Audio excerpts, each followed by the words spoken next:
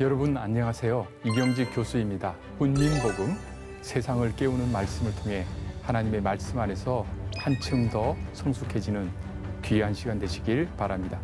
오늘도 귀한 세 분 함께 자리해 주셨습니다. 모두 반갑습니다. 안녕하세요. 네, 안녕하세요. 반갑습니다. 지난 시간에 우리는 비시디아 안디옥과 이고니온에서의 사역이라는 내용을 살펴보았습니다. 오늘은 이 바울 선교팀의 갈등과 디모데의 합류라는 제목으로 말씀 나누어 보도록 하겠습니다. 자, 성경을 읽어야겠죠? 사도행전 15장 36절부터입니다. 원석 형제. 며칠 후에 바울이 바나바더러 말하되 우리가 주의 말씀을 전한 각 성으로 다시 가서 형제들이 어떠한가 방문하자 하고, 바나바는 마가라 하는 요한도 데리고 가고자 하나 바울은 밤빌리아에서 자기들을 떠나 함께 일하러 가지 아니한 자를 데리고 가는 것이 옳지 않다 하여 서로 심히 다투어 피차 갈라서니, 바나바는 마가를 데리고 배 타고 구브로로 가고 바울은 신라를 택한 후에 형제들에게 주의 은혜의 부탁함을 받고 떠나 수리아와 길리기아로 다니며 교회들을 견고하게 하니라. 아멘. 아멘. 며칠 후에라고 말을 했어요. 바울이 이제 바나바에게 이야기를 하는 거죠. 이제 선교 가야 되니까 선교팀 안에서 회의를 해야 될 거 아니에요? 네. 이제 회의가 시작된 겁니다. 우리가 주의 말씀을 전한 각성으로 다시 가자. 어디요? 다시 가자. 자, 1차 선교 여행을 상당히 성공적으로 했어요. 이제 2차 선교 여행을 가야 되는데 우리 같으면 미전도 종족에게 가야 되잖아요. 네. 그렇죠. 이미 거기는 됐으니까. 그렇죠. 새로 가서 새로운 곳으로 가야 된다라고 하는데 지금 바울이 뭐라고 말하냐면 다시 가서 어디요? 주의 말씀을 전한 각 성으로 다시 가서라고 말했습니다. 아, 리체크를 하고 싶었군요. 예, 그렇습니다. 제대로 되고 있는지 확인해야 되죠. 씨를 뿌리는 것도 중요하지만 잘 자라고 있는지, 가서 걸음을 줘야 되는지 말아야 되는지도 확인하는 일이 매우 중요함을 보여줍니다. 그러니까 어떻게 보면 교회를 설립하고, 그렇죠? 또 교인의 수가 어느 정도 되는 것도 중요하지만 교회를 구성하고 있는 교인들을 잘 양육하는 일, 그리고 교인들의 질을 높이는 일, 이것도 매우 중요한 것입니다. 그러니까 나는 개척자의 사명만 있어. 나는 목양에 탁월해. 개척은 나하고 무관해. 라는 것은 자기 생각이에요. 동일한 사람이 교회를 개척할 수도 있고 또 목양할 수도 있는 것입니다. 그래서 선교사 생활을 오래 하다가 돌아와서 교회를 목양할 수도 있고 또 목양을 하다 갑자기 선교사로 갈 수도 있다는 겁니다. 자기가 자기를 제한하면 안 된다 하는 것을 알 수가 있습니다. 그리고 항상 새로운 곳에 가는 것도 중요하지만 그건 우리의 생각이고 세운 교회들이 올바로 서가는지를 체크하고 확인하고 격려하는 일도 주님의 사역에 매우 중요하다 하는 것을 알 수 있습니다. 그러니까 어떤 의미에서는 1차 선교 여행했던 교회의 신방이겠죠? 네. 다시 가서 형제들이 어떠한가 방문하자. 이 방문이라는 단어가 제가 신방이라고 표현을 했죠. 네. 성경에 보면 하나님께서 우리를 방문하세요. 네. 파카드 뭐 이런 식의 어려운 히브리어인데 이게 의미가 두 가지가 있어요. 성경에 번역을 할 때 방문하다라는 뜻은 성경에 방문하다라고 번역되지 않고 복 주신다. 그러도 번역되고 어떨 때는 심판하신다. 이렇게 번역. 똑같은 단어가. 너무 상반되는. 그렇죠? 좀 너무 당황스럽네요. 왜 그럴까요? 중요한 거는 방문하는 이유가 있으신 거네요. 예, 방문하셨는데 네. 어떤 사람한테는 그게 축복이 되고 네. 어떤 사람에게 그것이 재앙이 됩니다. 심판하시는 건가요? 그렇죠. 네. 마지막 때 주님이 다시 우리를 방문하시죠. 네. 의인에게는 복된 날, 악인에게는 슬픈 날. 그 방문은 무서운 그렇죠? 방문입니다. 목사님이 신방을 갑자기 오셨어요. 그런데 집이 엉망이에요.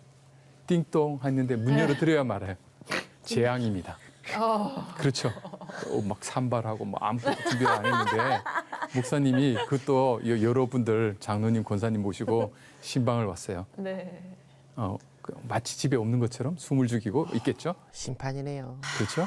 근데 마침 너무 잘 준비가 돼 있어요. 그럴 때는 문을 너무 반갑게 열겠죠. 이 방문.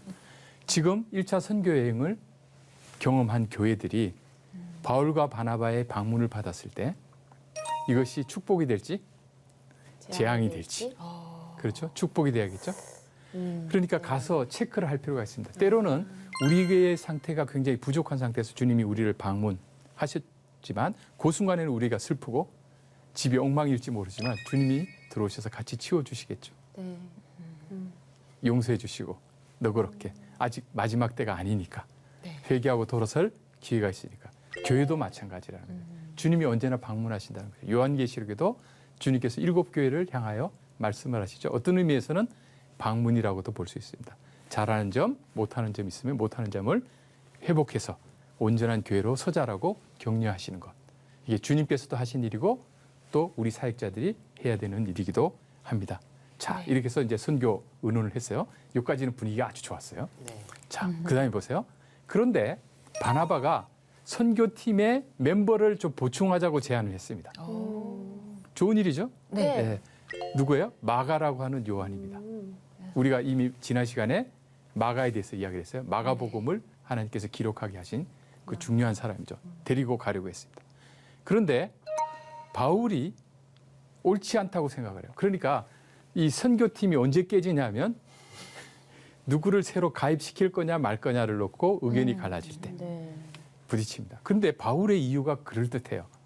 밤빌리아에서 자기들을 떠나 함께 일하러 가지 아니한 자예요. 자, 이 마가라고 하는 요한은 이전에 왔었어요. 네. 그런데 왔다가 밤빌리아 이 저 고지대로 올라가는 힘든 선교 코스를 앞두고 어떤 이유에서든지 예루살렘으로 가버렸던. 그러니까 전부 이렇게 으쌰 하고 가는데 누구 하나 빠지면 차라리 없으면 괜찮은데 사기가 떨어지나? 그렇죠. 맞아요. 사기가 훅 떨어지죠. 정말 그럴 수 네. 있죠. 그렇죠. 네. 사기를 떨었던 그 사람. 반비례. 그리고 상대적으로 젊은데 놓친 애들도 가고 있는데 이 젊은 사람이 뉴스가 쏙 빠졌어요. 이런 사람은 싹이 놀았죠. 네. 그런데 지금 앞으로 2차를 한번 돌아야 되는데 네. 이거 그냥 한 지역 가는 정도가 아니고 꽤 많이 돌아야 되는데 이거 감당할 수 있을까? 또 이런 일이 생길 수 그렇죠. 있잖아요. 불안할 것 같아요. 그렇죠. 또 사기를 맞아요. 떨어뜨릴 수 있는 그렇죠. 사람이. 옳지 않다고 생각했습니다. 네네네. 바울의 판단은 이 시점에는 맞는 것처럼 보입니다. 네. 그런데 바나바는 생각이 달랐어요. 자기가 추천했는데 여기서 딱 꺾는 거예요. 다 교회 안이나 어디서 분쟁이 생기냐면 인사 문제로 분쟁이 생깁니다. 이젠 자존심 문제도 돼요. 내가 이렇게까지 추천했는데 이걸 꺾는다는 건 날 무시하는 거야? 뭐 등등등. 자, 바울과 바나바는 어떤 관계입니까? 바울은 바나바의 도움으로 교회 지도자가 됐어요. 네. 바나바가 끌어준 사람이에요. 그러면 이 바울에 대해서 다 의심하고 있었죠. 이거 예수님을 핍박하고 그리스도인들을 잡아 죽이고 회심했다고 그러는데 이게 스파인지 아닌지 모르겠고 이랬던 사람을 믿고 끌어줬잖아요. 네. 이게 바나바의 스타일이에요. 네네네. 그러니까 마가도 실패했지만 끌어주는 거예요. 다시 세컨 다시. 찬스를 주는 사람이에요, 이 사람. 바나바는 약간 그러네요. 믿어주는 스타일이거든요. 믿어주고 품어주고 기회를 다시 주고. 근데 바울은 자기가 어떻게 발탁됐는지도 생각을 안 하고 아하. 주여. 바나바 입장에서 괘씸했겠죠. 바울 입장에서는 일 중심적이다 보니까 이런 사람 데려가서는 선교가 안 되겠다라고 생각을 했어요. 심히 다퉜어요. 그냥 다툰 게 아니고 심히 다투었어요. 이때까지 좋았던 분위기가 여기서 다 깨지고 있어요. 지금. 사실 뭐 이런 말씀드리면 그렇습니다만 이 말씀을 듣는 입장에서 심히 다투어라는 저 말씀이 굉장히 큰 은혜가 됩니다. 아, 저분들도 싸우셨구나. 이런. 그렇죠. 그런데도 하나님이 쓰신다. 그런데 지금 뭘 놓고서 하냐면 선교라고 하는 너무나 좋은 일. 성령께서 기뻐하시고 교회가 기도하고 금식하고 해서 따로 선교사를 세우는 데까지는 아름다웠는데 네. 그래서 선교지에 가면 선교사님들이 항상 다정하게 지내는 건 아니죠. 그게 가장 선교지의 큰 문제 중에 하나죠. 왜냐하면 서로의 배경, 문화, 생각, 전략 이런 것들이 서로 다른 거예요. 그리고 어떤 의미에서는 다 맞아요. 네. 아, 그래서 더 힘들어요. 네. 다 틀리면 좋은데 네. 다 하는 소리가 일견 다 맞아요. 그래서 이게 잘 화합이 안 되는 거예요. 심히 다퉈서 갈라섰습니다. 아이고. 근데 흥미로운 것은 이 앞에 유대인과 이방인 사이의 문제. 이방인도 복음을 들을 자격이 있는가? 그다음에 이방인도 뭐 할례를 받아야 되는가 등등의 문제에 있어서는 굉장히 본질적인 문제에서는 바울과 바나바는 일치했어요. 그렇네요. 그러네요. 그렇죠? 네. 유대교와 관련해서 아주 중요한 부분. 근데 굉장히 사소한 부분에서 싸우고 있어요. 원래 부부 싸움은 싸움도 항상 사소한 거잖아요. 예, 예. 원래 그러는 거 아니에요? 원래 그래요? 큰 거에서는 합의를 보고. 근데 사실은 본질적인 문제에 있어서 다른 거는 끝까지 싸워야 돼요. 양보하면 안 되죠. 근데 어떤 사람은 본질적인 부분에서는 양보하고 비본질적인 부분에 절대 양보 안 하는 사람이 생기면 어떻게 될까요? 교회 안에는 다양한 사람들이 들어와 있기 때문에 네. 서로 부딪힐 수밖에 없어요. 네. 근데 이 부딪히는 문제가 죽고 사는 본질의 문제인가? 아니면 본질적이지 않은 문제인가? 그렇죠? 네. 어. 네. 그래서 양쪽은 어떤 의미에서는 다 옳고 양쪽은 어떤 면에서는 다 틀렸어요. 그러네요. 그렇죠? 네. 예. 근데 우리는 내가 옳은 것만 생각을 해요. 그리고 상대가 틀린 것 생각을 해요. 형제 눈에 있는 티끌은 열심히 보고 내 눈에 있는 들보는 못 보고 이렇게 되나요? 네. 네. 예. 근데 저는 이제 오늘 말씀 쭉 보면서 오늘 제가 이제 녹화를 하러 오는 길에 운전을 하고 왔거든요. 그러니까 앞에 차가 끼어들려고 하길래 한 대를 끼워줬어요. 근데 제가 끼워준 차가 다른 차가 끼어들려고 하니까 막 빵빵하면서 안 껴주는 거예요. 지금 바나바의 마음이 이런 마음 아니겠습니까? 아, 예. 저 사람은 뭐지? 난 너 줬는데 왜 저렇게까지 하지? 예. 이런 생각 들지 않을까요? 예. 저는 바나바의 편입니다. 예. 예. 편을 가르는 건 아닌데. 근데 이제 역설적으로 그 앞에 차가 안 끼워졌기 때문에 더 밀리지 않은 거죠. 그러니까 또 그 말씀이 맞는 거예요. 예. 그러니까 이게 생각하기 나름이거든요. 네네네. 예, 제가 예전에 그 줄을 동사무소에서 서 있는데 네. 그 예전에 줄을 서서 이제 네네. 25일에 지로용지 뭐 내고 뭐 이렇게 하던 네네. 시절입니다. 근데 어떤 아주머니가 와서 좀 급하다고 해서 양보를 해줬더니 동네 아주머니를 다 불러서 앞에 열 몇 명이 들어간 거예요. 그러면 제가 그때 고민했어요. 이거 양보한 게 옳은 건가? 그러네요. 근데 뒤에도 사람들이 있는 거예요. 저를 째려보는 거예요. 그때 가만히 보니까 그게 뒤에 사람들한테 다 동의를 구하고 넣어줘야 되는 거예요. 맞네요. 그러네요. 그렇죠? 예. 다 맞기도 하고 다 틀리기도 그러니까 하네요. 이렇게 생각하면 이렇고 저러면 저렇고 이렇게 되니까 어렵다. 참 네. 어려운 문제가 네네네. 있어요. 네. 그런데 우리는 우리의 관점에서 쉽게 판단하고 정지하기가 쉽다는 거. 그래서 네. 속단, 너무 빠른 판단. 그다음에 내 좁은 시야에서 내린 판단이 절대 옳다라고 하는 것은 항상 주의할 필요가 있습니다. 이 탁월한 지도자들끼리 정말 사소한 문제를 가지고 치열하게 싸우고 결국 합의도 안 하고 갈라섰어요. 어. 얼굴도 안 보고 이제 등을 어. 돌린 거예요. 그리고 바나바는 마가를 데리고 구브로로 갔고요. 바울은 실라를 택해서 떠납니다.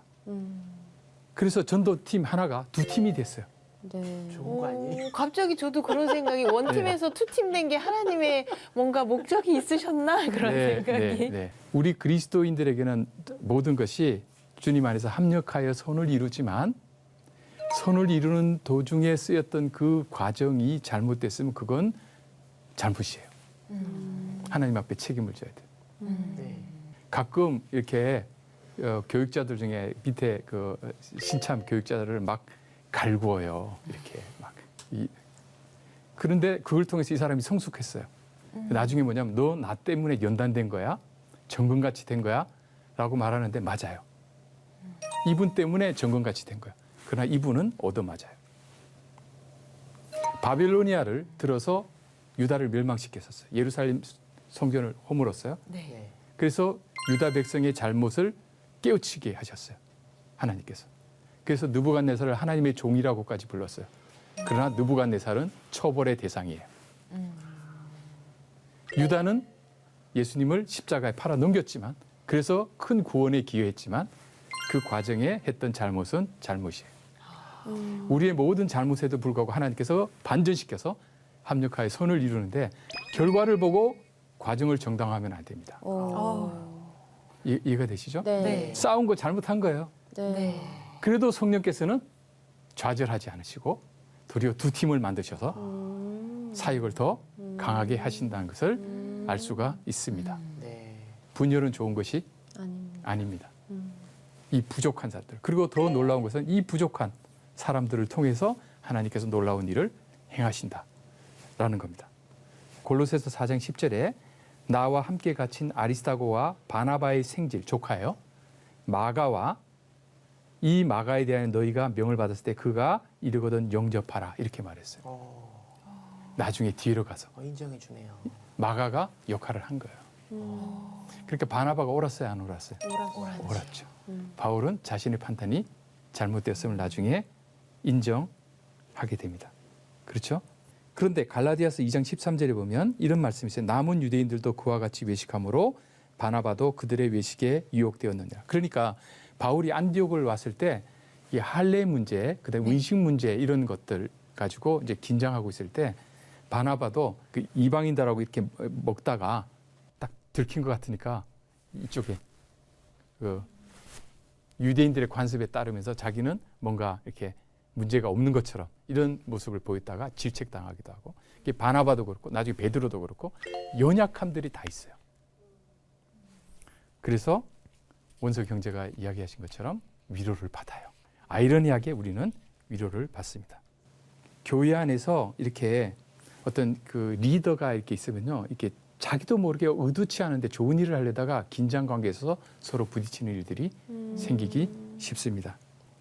그래서 예수님을 믿는다, 하나님을 섬긴다는 이름 아래 이상한 경쟁을 벌일 수도 있어요. 그래서 마태복음 5장 23절에서 24절에 예물을 제단에 드리려다가 거기서 내 형제에게 원망 들을 만한 일이 있는 것이 생각나거든 예물을 제단 앞에 두고 먼저 가서 형제와 화목하고 그 후에 와서 예물을 드리라 이렇게 말씀하시는 거예요. 예배 얼마나 좋은 일이에요. 그런데 분열하고 있으면 예배를 기뻐 받으시지 않으신다 하는 겁니다. 서로 그렇죠. 부모한테 와가지고 효도한다고 그러는데 막 형제가 서로 원수지간이 됐으면 부모가 얼마나 그 효도를 받을 수가 있겠어요. 그렇죠. 네. 이런 문제가 됩니다. 그래서 나중에 그 빌레몬서 24절에 보면 나의 동역자 마가라고 바울이 말해요. 누구예요? 나의 동역자. 인정해줬네. 인정했습니다. 그렇죠? 그리고 디모데후서 4장 11절에 누가만 나와 함께 있느라 내가 올 때에 마가를 데리고 오라. 그가 나의 일에 유익하니라. 이렇게 말씀했습니다. 그렇죠? 그러니까 마가가 바뀌었는지 바울이 바뀌었는지 우리 정확히는 알 수는 없지만 아마 둘 다 바뀌지 않았을까? 저도 사실 조금 전에 그 생각을 했거든요. 네. 저는 바울의 거절이 마가를 성숙하게 했을 수 있겠다. 그렇죠. 아, 저 사람이 저번에 내 전도 여행에서 내가 포기한 거를 가지고 이번에 이런 일로 나를 반대했으니 이번에는 어떻게든지 버텨야겠다. 뭐 이런 마음을 줬을 수도 있다는 생각이 듭니다. 그래서 교회에서 우리가 고민해야 될 게 교회나 어떤 사역지에서 어떤 사람이 처음에 사역에서 왕창 실패를 봤어요. 그러면 그 다음에 뭘 할 때 우리가 그 사람을 선택할 수 있을까? 경력서, 이력서라는 게 있잖아요. 되게 어려운 문제. 그래서 그 부교육자로 오는데 그 전에 목사님에게 여쭤보니까 어땠나요? 완전히 그냥 엉망이었습니다. 이럴 때 뽑을 수 있을까? 불안하죠, 솔직히. 불안하죠. 그렇죠. 우리 훈민복음 녹화할 때도 막 방송사고 너무 크게 내면 다음에 할 수 있을까요? 뭐 이런 등등등의 아나운서 하실 때도 그렇죠. 방송사고 한 10번만 내면 어떻게 될까요? 이런 등등등 이런 부분들이 있을 텐데 하나님 나라의 특징 중에 하나가요. 실수를 허용하는 것. 모두가 이 과정에서 자라가고 있다는 것. 실수할 수 있다는 것. 그래서 학교에서 가르칠 때 학생들한테 대학 생활이라는 것은 참 좋은 거야. 마음껏 실수해도 돼. 실수를 통해서 배우는 거야. 자기가 꼭 정답만 말하려고 하지 말고 손을 들어서 틀린 말이라도 뭐라도 말을 해. 그러면서 발전하는 거야. 이게 교육이라는 것이거든요. 그러니까 하나님께서 우리를 사역 현장에 부르셔서 사역을 하도록 하시면서 동시에 우리를 교육시키는 거예요. 일만 시키려고 부르신 것이 아니라 그 사역을 통해서 우리를 하나님의 형상으로 하나님이 우리에게 기대하는 그런 모습으로 성숙시키도록 우리를 만들어 가시는 과정이죠.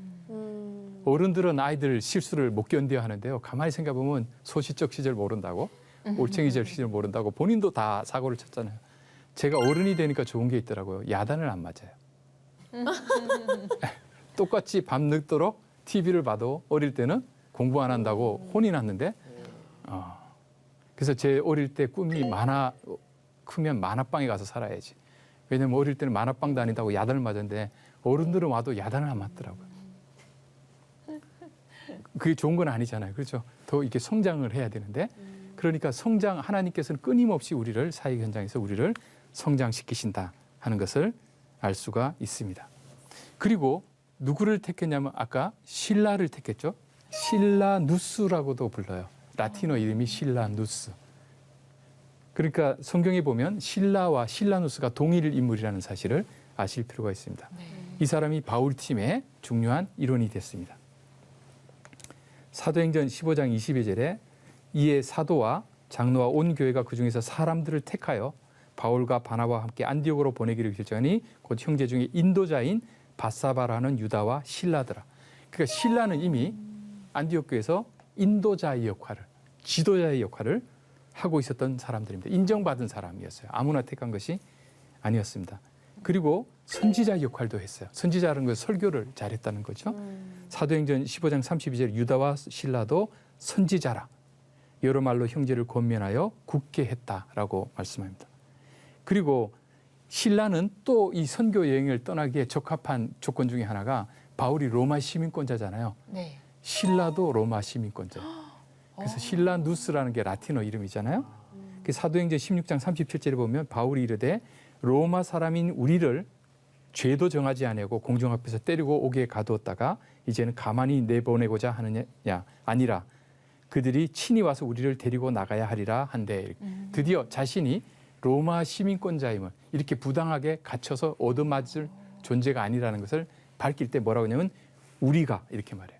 로마 사람인 우리가. 이때 사도 누구죠? 바울과 실라를 말해요. 그 실라도 로마 시민권자였다 하는 겁니다. 그러면 시민권이 사역할 때 좀 안전성도 보장해주고 편리해지겠네요. 편리해지는 정도가 아니고요. 네, 특권처럼.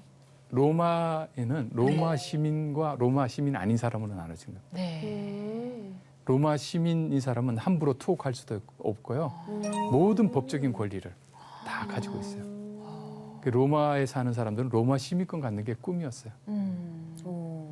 뭐 큰 공을 세우거나 뭐 엄청난 일을 해야지만 로마 시민권을 얻을 수 있어요. 그래서 그 따는데 너무 힘들었어요. 근데 천국 시민권은 따기가 굉장히 쉬워요. 믿으면 돼요.